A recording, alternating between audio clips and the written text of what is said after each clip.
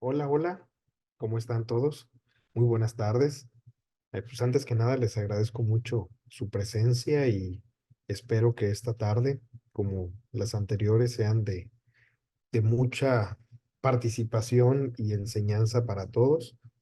A nosotros en Fundación COP pues estamos buscando dos objetivos principales. El primero es la prevención del cáncer siempre que esto sea posible y esta es una de las finalidades de estas charlas, que ustedes conozcan a qué factores podemos reducir para que el cáncer se dé. Y la otra, la segunda muy importante, es al entender cómo se da la enfermedad, pues con ello reducir el diagnóstico tardío, es decir, promover el diagnóstico oportuno. Que si ustedes escuchan o ven a alguien que está teniendo un síntoma del cual ya escucharon que puede ser un cáncer, que esta persona la puedan orientar y pueda atenderse de una forma más oportuna y tal vez gracias a esa intervención su diagnóstico sea más temprano y su pronóstico sea mucho mejor. Y bueno, el día de hoy traemos a ustedes una charla que se llama Más allá del humo. Hablemos sobre el cáncer pulmonar. Y para ello, lo primero que quisiera es platicarles sobre la incidencia del cáncer en el mundo de acuerdo a las últimas estadísticas que se actualizaron para el 2022 en fechas recientes. Esto es de la OMS a nivel internacional. De nuevo, cáncer de pulmón desplaza a cáncer de mama, ¿no? Como la primera causa de cáncer por apenas un poco más de 100,000, unos 180,000 casos al año. Pero bueno, a final del día, y es lo que yo quería mostrarles, el cáncer pulmonar ha sido siempre una de las principales causas de cáncer en el mundo. Y hasta hace una década, más o menos, tenía un pésimo pronóstico. Hoy en día todavía la gran mayoría de los casos se detectan de manera tardía. Sin embargo, gracias a las terapias actuales, la supervivencia por cáncer se ha disparado enormemente. Aquí tenemos cuál es la posición de México respecto al resto del mundo. Podemos ver que esto es en tasas por 100,000 habitantes, así es como la tasa de incidencia por cada 100,000 habitantes es de 5,4, es decir, 5,4 mexicanos de cada 100,000 va a tener cáncer pulmonar en el transcurso de un año, ¿de acuerdo? Y si ven, pues tenemos aparentemente una baja incidencia respecto a los países que nos rodean. Cuando vemos nosotros las diferentes causas de cáncer en México, ¿sí? En 2022, apenas cáncer pulmonar en nuestro país tiene la incidencia eh, número 12. Es decir, estamos en la posición número 12, cáncer de pulmón, respecto a las otras neoplasias, los otros tumores. Por otro lado, cuando hablamos de la mortandad, la mortalidad, vean cómo cáncer de pulmón se lleva una tajada mucho mayor respecto al resto, porque la gran mayoría de los pacientes, desgraciadamente, como decíamos hace un momento, se diagnostican de forma tardía y eso complica la situación para un tratamiento con fines curativos. Y entonces, esta es la situación mundial. La posición de México, hace rato era 5,2 por 100,000, bueno, pues la mortandad es 5,1 por 100,000, ¿sí? Y estamos ubicados igual, con una tasa baja respecto al resto del mundo. Y ahora sí, de ser la posición 12 en incidencia, cáncer pulmonar en México es la quinta causa de muerte por cáncer en el país.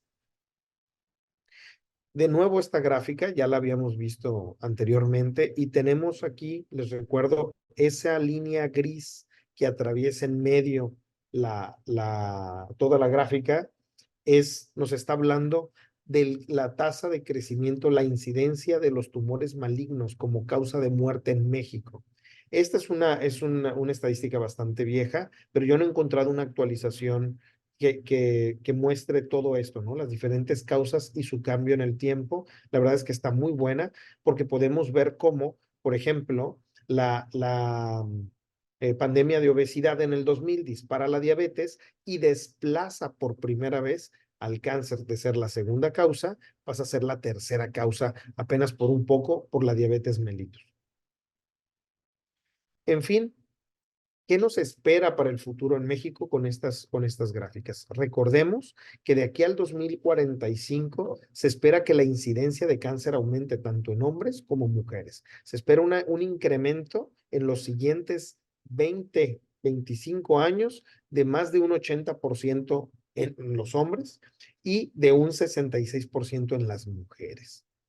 De tal manera que aquí tenemos una gráfica respecto a la mortandad en hombres y mujeres. Esta es la tasa de mortalidad en hombres y mujeres hasta 2017. Vean cómo cae a partir del año 2000, que empiezan todas estas políticas para la prohibición de fumar en sitios públicos, y pues todos recordaremos quienes en ese entonces ya circulábamos socialmente, íbamos a alguna reunión, fiesta, etcétera, cómo cada vez se fue volviendo más estricto y pasaron de tener rincones para los fumadores a definitivamente solo se puede fumar en áreas abiertas, ¿de acuerdo? Y a veces ni siquiera así, porque son sitios o espacios libres de humo.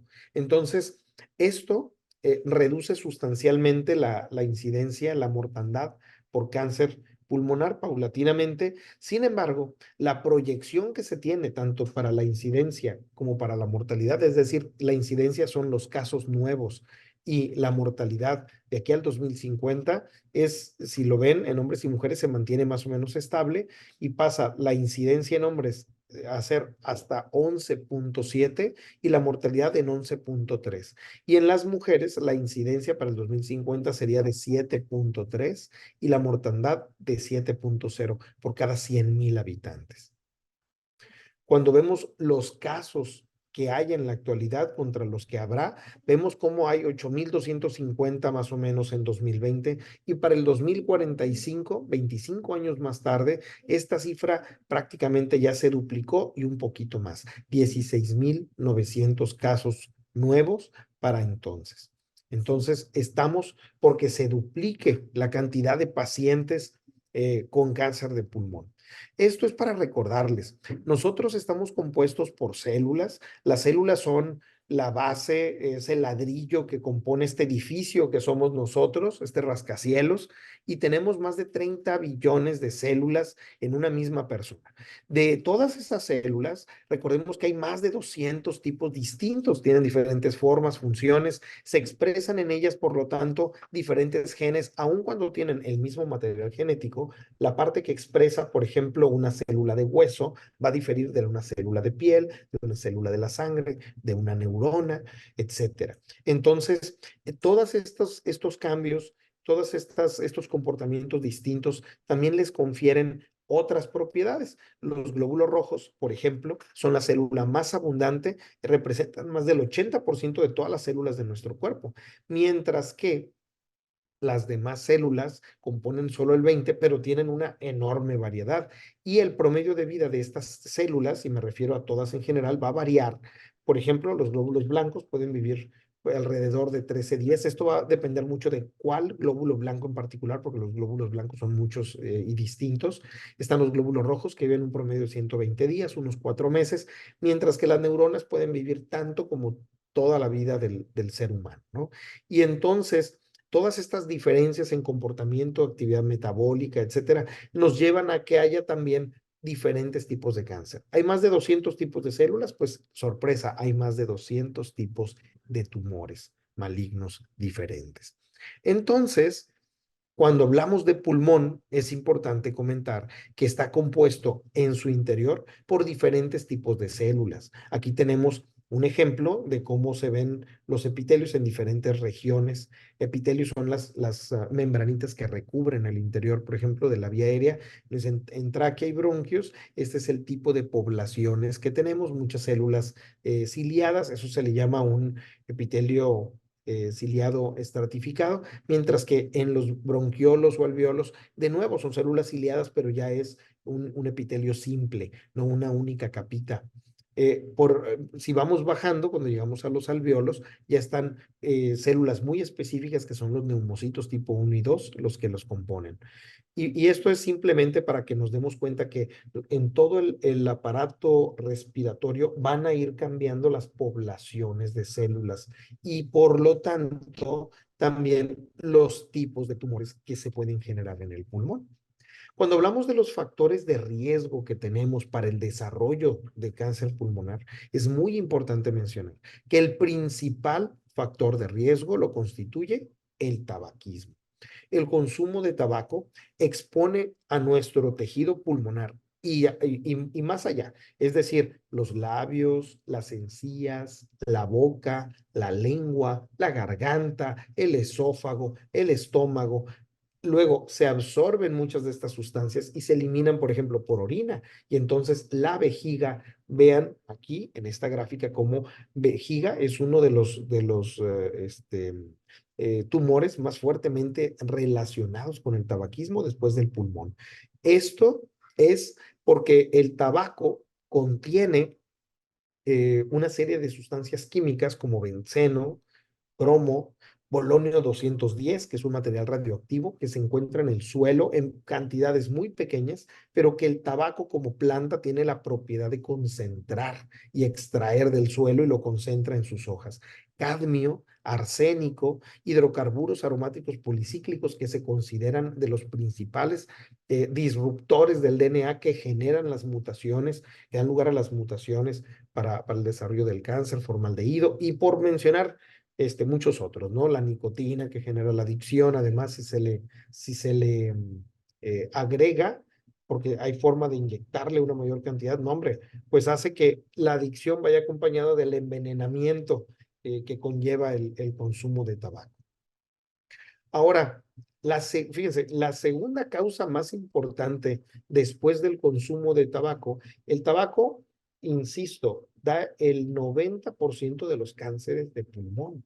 El otro 10, fíjense, del otro 10, un 17%, ¿sí? De esos se considera que se pueden dar, no fumaban, pero por exposición al humo ambiental, es decir, tabaquismo pasivo, ¿no? Pero también entra ahí la contaminación, etcétera. Pero fuera de esas causas, una de las siguientes que se considera muy importante a nivel mundial es la exposición a radón. ¿Qué es el radón? El radón va a ser un gas que viene a derivarse de la degradación de lo que es el uranio. El uranio es un elemento eh, radioactivo que vamos a tener en el subsuelo, está en la tierra, en concentraciones muy bajas. Pero así como sucede con la minería, donde dices tú, aquí puede hallar una veta de oro, una veta de plata, una veta de lo que quieras, y hay una concentración mayor. Hay regiones en el mundo, en nuestro planeta, donde las concentraciones de radón pueden ser mayores. Y en esas circunstancias muy particulares, pues vamos a tener nosotros que precisamente es donde se debe tener cuidado.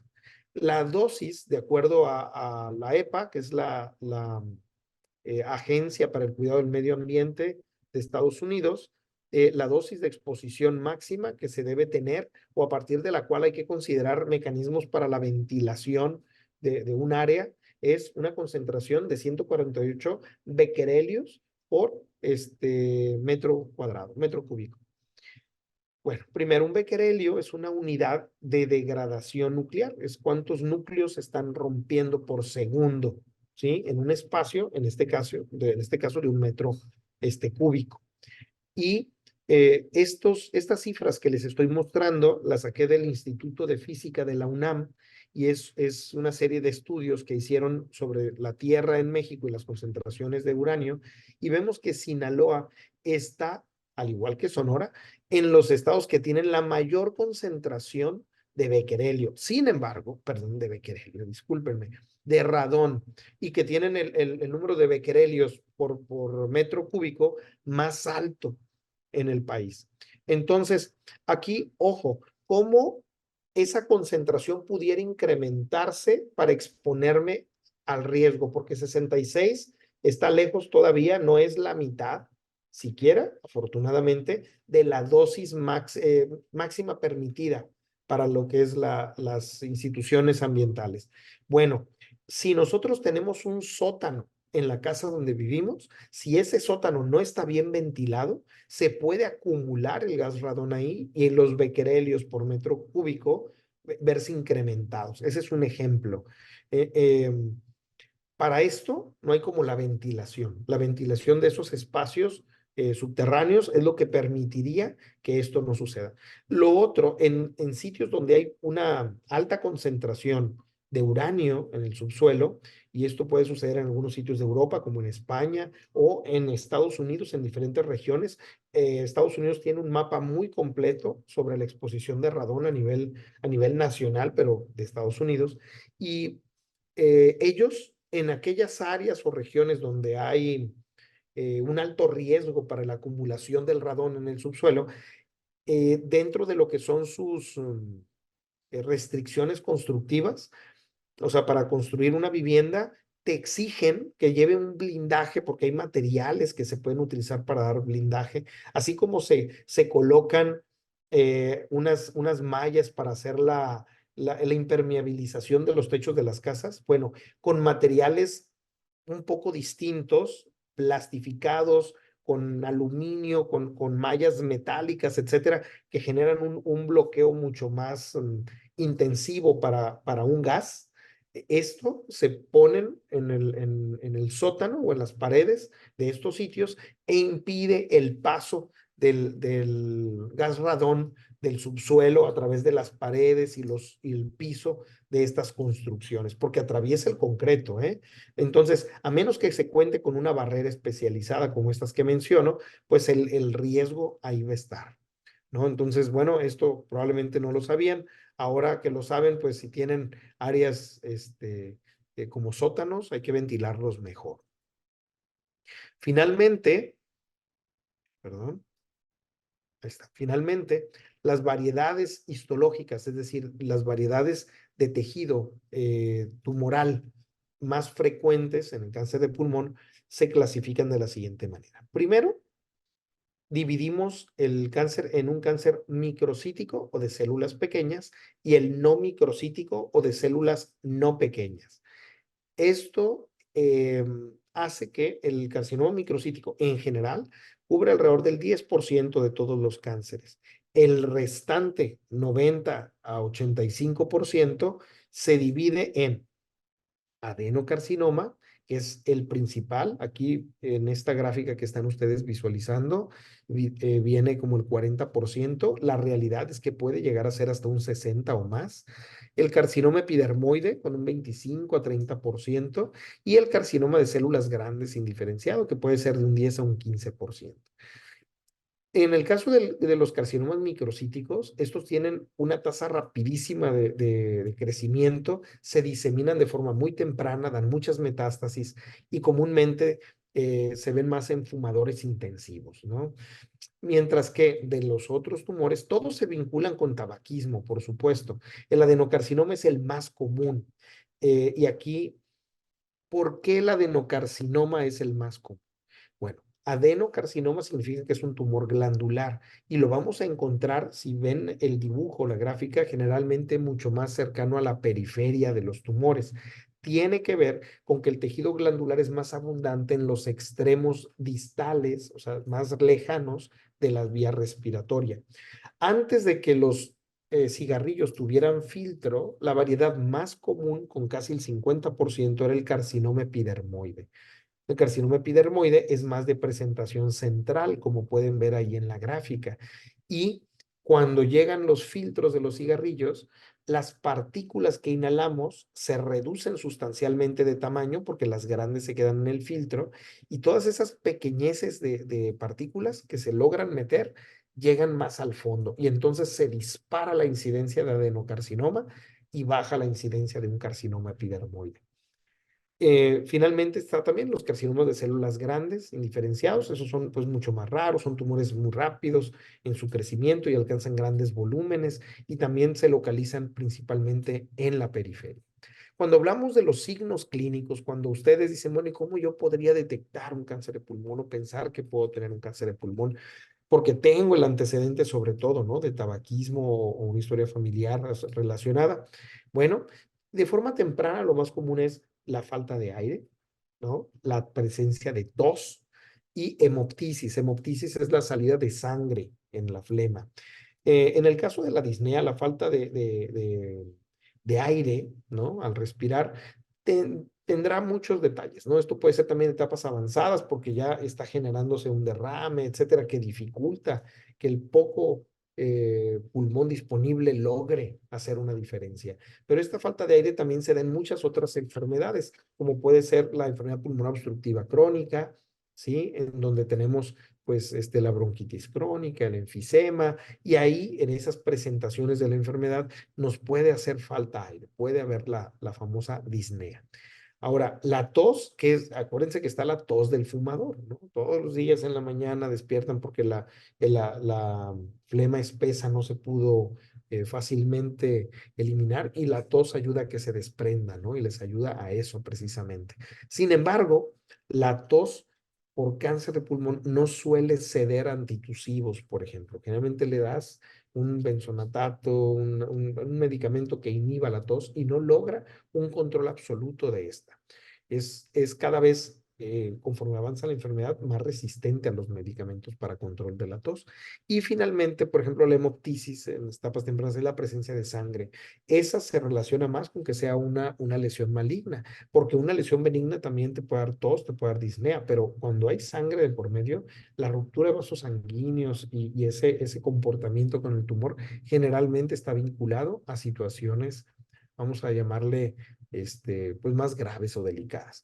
De forma tardía, es decir, cuando el tumor es más grande, cuando ya puede generar más problemas, puede haber dolor torácico, sobre todo si compromete algún nervio, puede haber lo que se llama un síndrome de Pancoast. Un síndrome de Pancoast es cuando hay una obstrucción a cierto nivel, a nivel pulmonar, va a comprometer nervios que afectan laringe, entonces hay cambios, hay ronquera, hay cambios en la voz, pero de forma adicional, no solamente la voz, también puede afectar nervios que tienen que ver con los movimientos faciales y tenemos una parálisis facial, una miosis, puede haber anhidrosis, la falta de sudoración y de pilón, este, vaya, es como lo más clásico, lo más básico, pero a esto se le pueden sumar más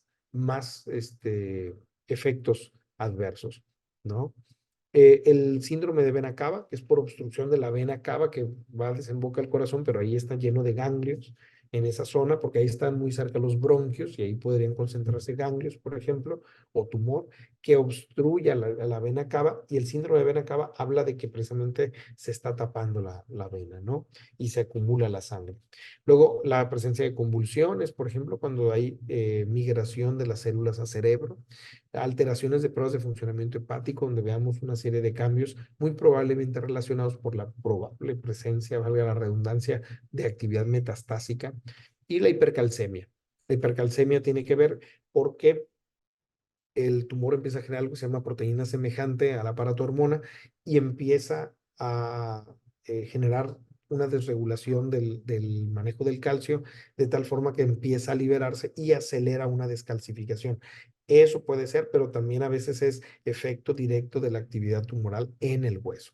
Y entonces todo esto puede darnos hipercalcemia, un calcio elevado. ¿Qué pasa con un calcio elevado? Puede haber desde crisis convulsivas y una serie de situaciones porque los excesos o las deficiencias de ciertos minerales siempre nos van a traer como consecuencia este, una serie de trastornos, sobre todo incluso con el estado de alerta, ¿no? Se suele que si tuvo hiponatremia, que si tuvo hipocalemia, que estuvo hipocalcemia, por ejemplo, o hipercalcemia, se pueden llegar a dar cambios en el estado neurológico del paciente. Ahora, ¿cuál es el abordaje diagnóstico? Yo traigo o sospecho que puedo tener una lesión en el pulmón. Quiero estar seguro, no vaya a ser. ¿Qué estudios me puedo realizar? Bueno, esto siempre hay que hacerlo de la mano del especialista porque a veces uno cree que esa tos que me da en las noches, híjole, pero ¿sabes qué? He estado aumentando de peso y a mí se me hace que es reflujo. el aumento de volumen en mi abdomen, empuja el estómago, me hace que tenga reflujo, me agito más fácil porque en realidad estoy más gordo, más pesado y el 40% de la capacidad del pulmón es porque empuja el diafragma al abdomen, pero estoy tan gordo que no le doy chance. Entonces, hay muchos factores y ojo que pudieran estar relacionados. Por eso vale la pena que no nos hagamos este tipo de estudios solos, sino que lo hagamos de la mano de un profesional.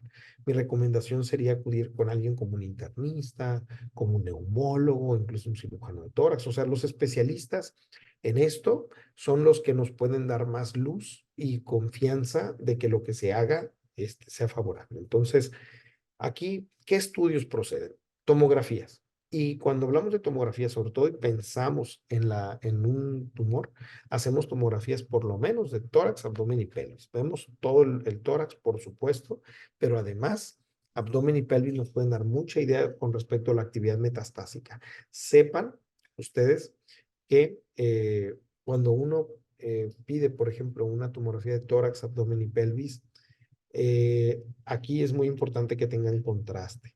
El contraste oral e intravenoso nos ayudan a teñir los vasos sanguíneos y pueden delatar la presencia de tumores o lesiones sospechosas que de otra forma no se hubieran visto.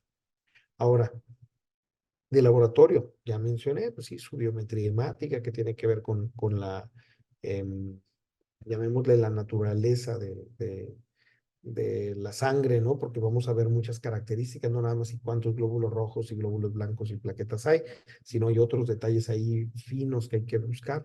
Pero además de eso, en los laboratorios, las químicas sanguíneas, una química sanguínea nos va a tener por lo menos glucosa, urea, creatinina, y esos valores nos bastan para saber cuál es el estado, ¿sí? De un paciente de manera global y ya de ahí viene la parte de la sospecha. Dentro de los laboratorios, ¿qué marcadores tumorales nos pueden ayudar? La verdad es que hay varios, ninguno es altamente específico, ¿no? Algunos, el más utilizado a veces en el caso muy particular del sector salud por el acceso a él, es el antígeno carcinoma embrionario, que se eleva con todo lo que huela a este, a pulmón, porque hasta un derrame pleural te puede elevar el antígeno carcinoembrionario, ¿no? Una gripe muy intensa te podría elevar el antígeno, pero de la misma manera un tumor te puede elevar el antígeno. Luego está el uso de, por ejemplo, resonancia magnética o tomografía de cráneo. Y esto es porque sabemos que estos tumores les gusta irse a cerebro. Entre más grande la proporción de afectación tumoral es mayor. Entonces, lo que queremos es descartar. En un inicio, si ya se encontró algo a nivel pulmonar, hacer una resonancia del cerebro o una tomografía poco antes de la consulta, yo creo que sería muy provechoso, sería inteligente y nos permitiría ver si se requiere algo adicional a nivel de la cabecita, ¿no? Muy bien. Está ahí también mencionado el estudio de PET-CT. Quienes no saben qué es como una tomografía, pero de cuerpo entero, a lo que se suma una imagen compuesta en donde se te introduce, por ejemplo, glucosa radioactiva, esta se distribuye en el cuerpo y de acuerdo a esa distribución nos hacen un mapa de calor, ¿no? Un mapa que detecta la actividad tumoral, metabólica tumoral, en donde quiera que esté. ¿De acuerdo? En nuestro cuerpo. Si la actividad metabólica es muy baja, siempre existe la posibilidad de dos cosas. Que no esté funcionando esto porque a consecuencia de eh, de la enfermedad, ¿cómo mencionar?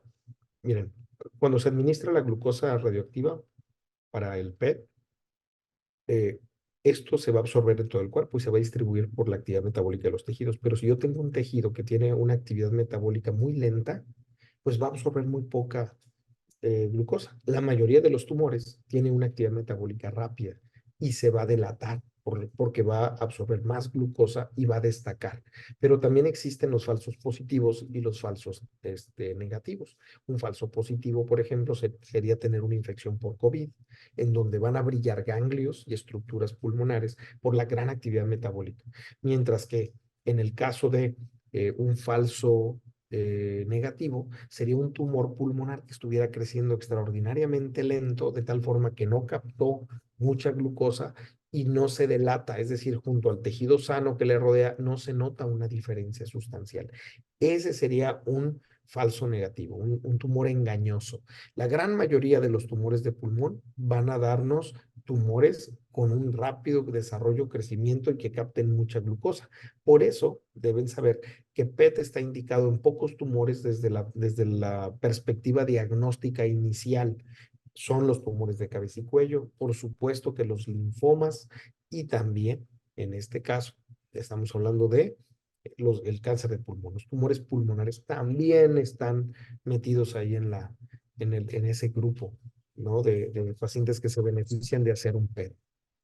En cuanto a las etapas del cáncer pulmonar, vean aquí esta gráfica. En las etapas, obviamente, estas etapas van avanzando conforme las dimensiones y la diseminación del tumor también va creciendo. Un tumor menor de 3 centímetros pues va a estar en una etapa 1, ¿no? Sin afectar ninguna otra estructura alrededor. En un estadio 2 ya el tumor puede alcanzar hasta los 5 centímetros y ya tenemos ganglios linfáticos, sobre todo de ese lado, ¿no? En ese mismo pulmón. Una etapa clínica 3 de cáncer pulmonar, ya los ganglios se han diseminado a través del mediastino en la región central, pero también cabe la posibilidad de que ya se empiezan a afectar otras estructuras vecinas circundantes al tórax. Y finalmente la etapa 4, que es cuando el tumor ya brincó más allá, ya se brincó al otro lado del pulmón, ya dio metástasis a distancia. Ahí es cuando la enfermedad es sumamente difícil de controlar. Por eso es muy importante que hagamos un tamizaje o una búsqueda selectiva del cáncer pulmonar, encontrando etapas tempranas que permitan el tratamiento temprano y el incremento en las cifras de la sobrevida global. Ahora, ¿cómo se hace una biopsia de pulmón? Porque aquí dices, ok, ya me hice una tomografía y me encontré un nódulo pulmonar. Tengo una bola sospechosa. ¿Qué debo hacer? Lo primero, siempre que se pueda, y eso lo tiene que evaluar muy bien el médico, hay que tomar una biopsia directa. Lo ideal de una biopsia directa es que hay muchas pruebas moleculares actualmente que se le hacen a los tumores de pulmón que van a ser mucho más sencillas para que se lleven a cabo si cuentas con una muestra lo suficientemente grande. Por eso dicen, pues, busca bien un buen tejido para biopsiar y dale su buena mordida para que tengamos toda la información. Sin embargo, y aquí pueden verlo con el número 2 en esta diapositiva, está el concepto de una biopsia líquida. Actualmente, gracias a los adelantos científicos, podemos identificar en sangre periférica de un paciente, por ejemplo, yo soy una persona añosa, mi tumor está muy lejano de sitios de fácil acceso, etcétera. Pues a lo mejor no me pueden hacer la biopsia, no me presto, pero me pueden tomar una biopsia líquida. Una muestra de sangre, van a aislar las células tumorales circulantes, de ahí van a encontrar cuáles son algunos de los este, factores que esté desarrollando ese tumor, qué genes están participando. Y esto es muy importante porque miren, en cáncer de pulmón, a diferencia de otros tumores, la presencia de ciertos genes nos van a orientar a ciertas terapias. Los métodos terapéuticos en cáncer de pulmón van a depender, por supuesto, de la etapa clínica y del tipo de tumor. Porque para el tratamiento local, pues tenemos la cirugía y la radiación. Donde apunta el rayo, a donde va el bisturí, ahí corta, ahí te quema el rayo en el caso de la radioterapia. Eso es un tratamiento de índole local.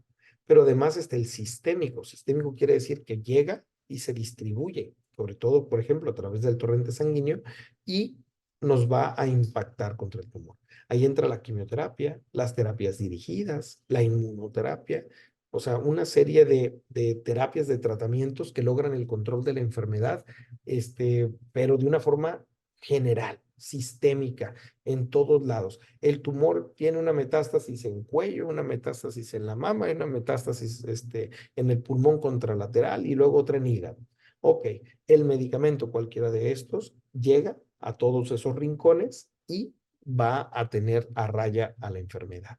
Pero en el caso de las cirugías, el caso de las cirugías es algo bastante complejo. A mí me gusta mencionar sepan ustedes que Sinaloa encabeza, de acuerdo al INEGI, en el número de casos con cáncer pulmonar.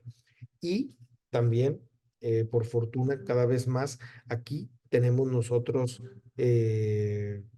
abordajes terapéuticos más completos con cirugías óptimas, cirugías bien hechas y donde se hacen este tipo de cirugías. Vean que la resección en cuña es un cachito nada más del pulmón, pero el pulmón como órgano está compuesto como de gajos, ¿no? Tenemos en este caso tres gajos a la, en el pulmón derecho, vamos a llamarlos así. Estos son los lóbulos y tenemos dos, en este caso, del lado izquierdo. Y lo que vamos a tener también con esto es que el tipo de cirugías que se pueden llevar a cabo. Se pueden hacer resecciones pequeñitas en cuña, donde quitan nada más el cacho alrededor del tumor.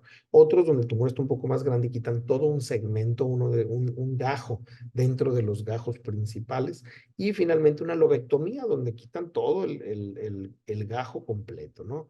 En algunos casos, cuando el tumor es muy grande, agarra algunas estructuras importantes, etcétera, pues a veces se prefiere intentar la neumonectomía, es quitarlo por completo ese pulmón. Ahora, cuando uno está pensando en los tumores de pulmón, y digo porque la gente piensa que un cáncer de pulmón, porque se encuentra la bola en el pulmón o múltiples bolas en el pulmón, tuvieron su origen ahí. En esta gráfica podemos ver que, por ejemplo, cáncer de mama y próstata les gusta irse a pulmón, cáncer de colon les gusta irse a pulmón, cáncer de páncreas les gusta irse a pulmón. Y yo les preguntaría, ¿qué otros tumores, porque estos tumores los vemos más en gente con más edad, pero qué otros tumores pueden dar metástasis pulmonares?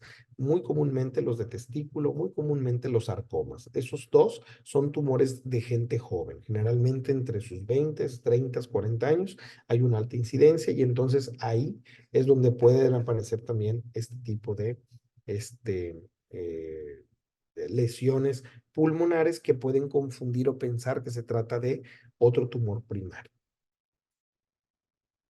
Finalmente, bueno, quise dejar corta la charla porque hay mucho, pero mucho que decir de cáncer de pulmón. Es uno de los temas más amplios que hay en la actualidad. Tenemos un sinfín de terapias. Pasamos de solo tener quimioterapia hace alrededor de 14 años a contar actualmente, me atrevería a decir, con varias decenas de fármacos disponibles para los diferentes tratamientos. Y la expectativa de vida de los pacientes se ha disparado, mínimamente se ha triplicado en el transcurso de todo este tiempo. Actualmente les va mucho mejor a los pacientes y con una enorme calidad de vida, y eso es gracias a estos adelantos científicos. Entonces, antes que nada, además de agradecerles, recordarles, reduzcamos los factores de riesgo y puede llevarnos a una reducción de hasta un 50% de aquellos, con respecto a aquellos pacientes o personas que no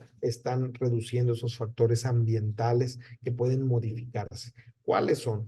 Bueno, pues una alimentación saludable, reducir el índice de masa corporal para no tener obesidad, el sedentarismo, la falta de actividad física, la no vacunación, sobre todo yo pensando en VPH, ¿no? Como uno de los principales, la reducción de la exposición a la radiación ultravioleta y el tabaquismo, ¿no? El consumo de tabaco. Y bueno, pues hasta aquí quisiera yo saber si tienen alguna duda, alguna pregunta. La intención, pues es que en esta hora, además de hablar yo, este monólogo, pues podamos, ojalá, brindarles alguna eh, retroalimentación, ¿no? Si tienen alguna duda en particular o alguna curiosidad que nos quieran compartir. No sé si hasta ahorita alguien tenga alguna duda, pregunta sobre cáncer de pulmón.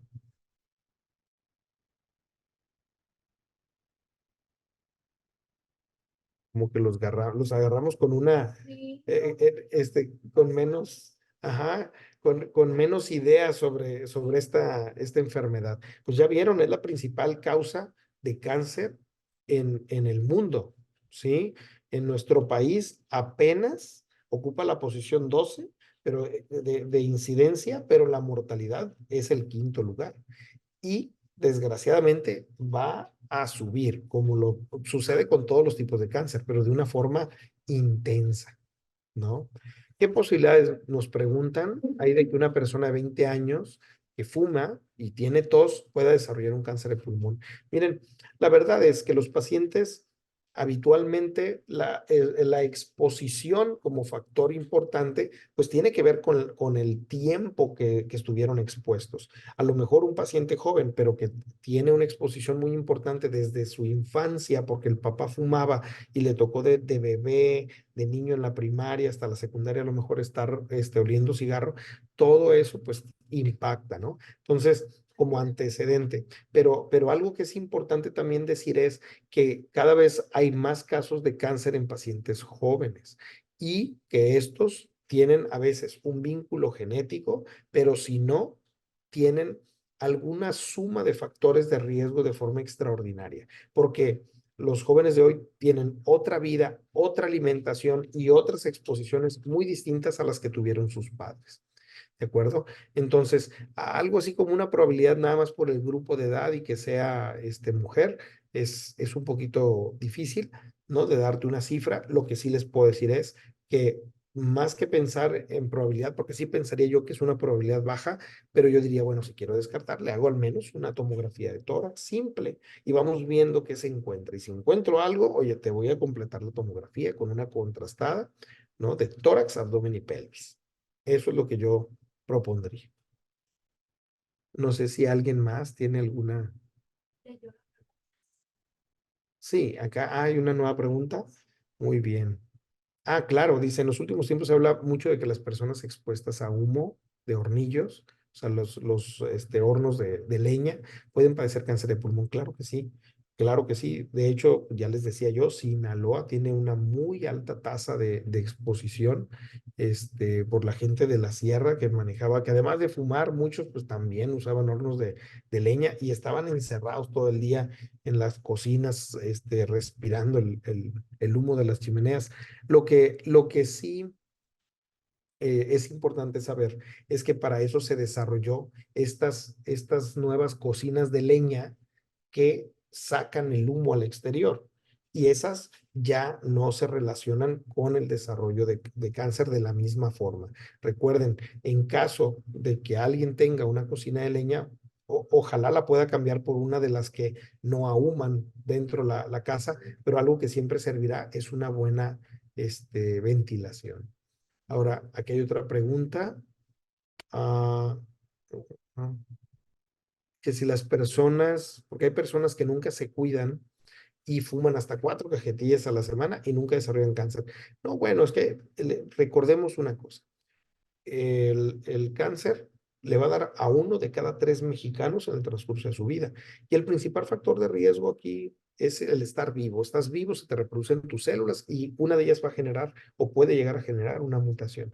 Pero si además tú estás fumando, le estás echando leña al fuego, le estás soplando a la brasa, esto va a aprender. Por eso podemos ver pacientes de 20 años con cáncer de pulmón. Por eso también tenemos que entender que alguien que se portó bien y tuvo una vida ejemplar puede tener un cáncer, o alguien que hizo y deshizo y fuma y toma y no se duerme, no descansa, puede nunca desarrollar un tumor.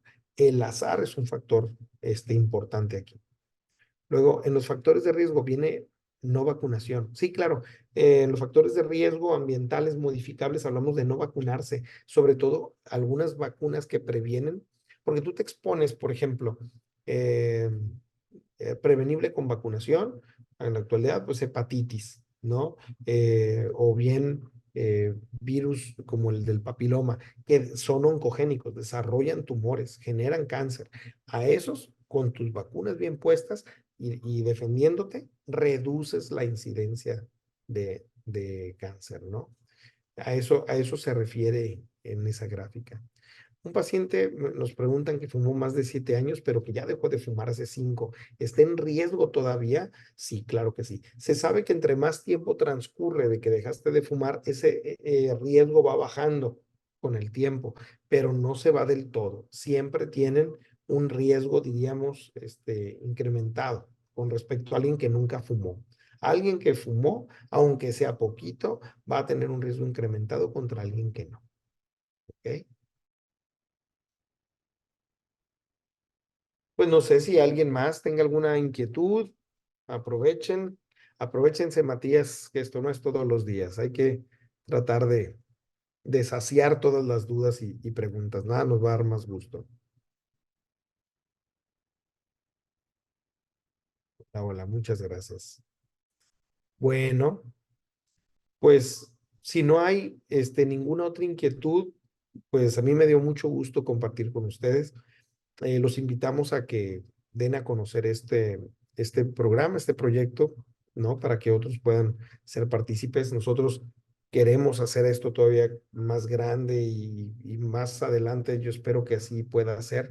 Sin embargo, pues la verdad es difícil. La disposición en cuanto a tiempo y recursos es complicado para lograr establecer esto de una forma permanente o darle una visión más académica, que es lo que quisiéramos. Pero bueno, yo espero que sí, en el futuro próximo podamos tener y muchos otros programas para apoyar a prevenir el cáncer y a su diagnóstico oportuno. Um, ok.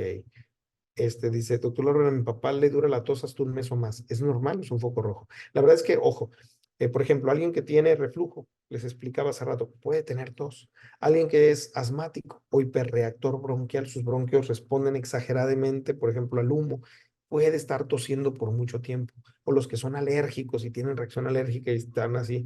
Entiéndase que hay factores benignos también que pueden condicionar la tos y estos datos clínicos. La idea me da gusto de todas formas que lo sospechen. Y lo primero, insisto, que hay que hacer, si yo tengo tos, tengo disnea, tengo hemoptisis como datos clínicos iniciales o algún otro de los que son graves, lo primero que voy a hacer es buscar un profesional de la salud. Y lo que yo les sugiero es que sea con un neumólogo o un cirujano de tórax o bien con un internista, porque ellos van a tener la pericia para dilucidar si se trata o no de algo relacionado con lo oncológico. Sí, o sea, claro, yo entiendo que no busquemos lo oncológico primero, pero sí al menos lo sospechemos, porque al sospecharlo, al acudir con el especialista y el descartarlo, estamos asegurándonos, ¿no? De que a nosotros no nos pase nada o a esa persona no le pase nada. Por eso es muy importante, lo primero, tener en mente la posibilidad de que se trate de cáncer y segundo, ver cuáles son los factores, ¿no? Que tengo y cuáles son los riesgos, etcétera. Para eso son estas charlas y que cuando acudan al médico sepan explicarle o decirle, ¿no? ¿Qué creen que les está predisponiendo para el desarrollo de una tumoración como esta? ¿Sale?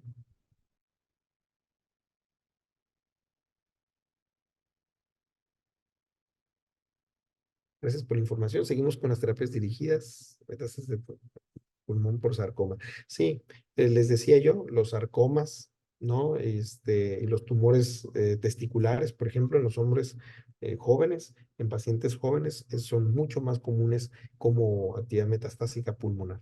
El pulmón es un sitio receptor de células tumorales de todo el cuerpo, entonces no solamente está el cáncer de pulmón que tiene su origen ahí, sino que también las metástasis, y eso no hay que confundirlo. Una metástasis en pulmón se va a tratar de acuerdo a cómo se trata su tumor originario, que es un tumor de colon que le está dando metástasis a pulmón, se trata como cáncer de colon todo. Y así el de pulmón, las células que están ahí, que tienen un origen de colon, se van a reducir y van a responder al tratamiento que estamos dando. Pues muy bien. Pues no sé si hay alguna otra pregunta, pero si no, pues los invitamos a dejarlas. En el futuro esperemos encontrar la manera de tener una interacción más allá de lo que es esta hora de sesión y de interacción con ustedes. Y bueno, por el momento yo me despido. Les agradezco mucho su atención. Espero que haya sido de su agrado, de utilidad y compartan la información con sus seres queridos. ¿De acuerdo? Luchemos para que haya cada vez menos cáncer. Muchas gracias.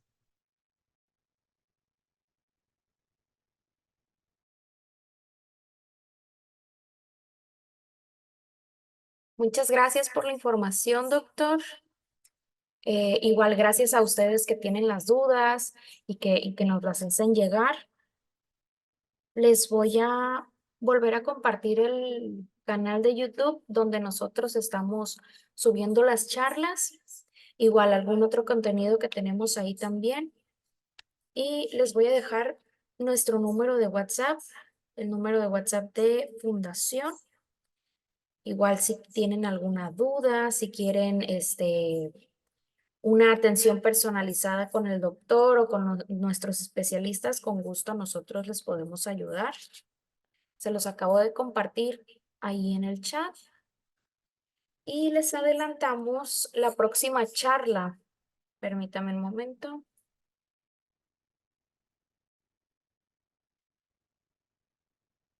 Tratamos de hacerla una vez al mes y sería el 27 de junio. Ahí estaremos hablando sobre el cáncer de riñón.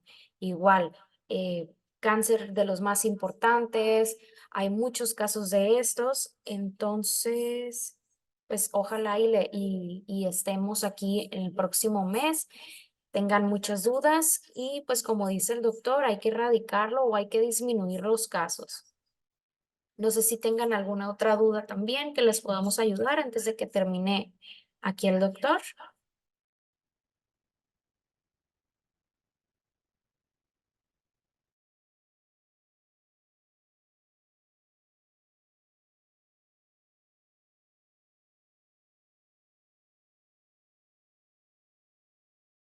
Muy bien, creo que no. Igual, pues les dejé ahí nuestro número. Si se animan y una duda que tengan o alguna atención que necesiten, con mucho gusto les podemos ayudar. Y pues nos vemos el próximo 27 de junio para platicarles más sobre los tipos de cáncer, qué hacer, los síntomas que puedan tener y pues tratar de tratarlos a tiempo, que ese es uno de los principales objetivos de nosotros.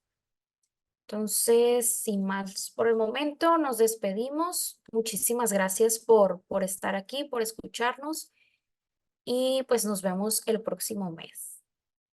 Gracias.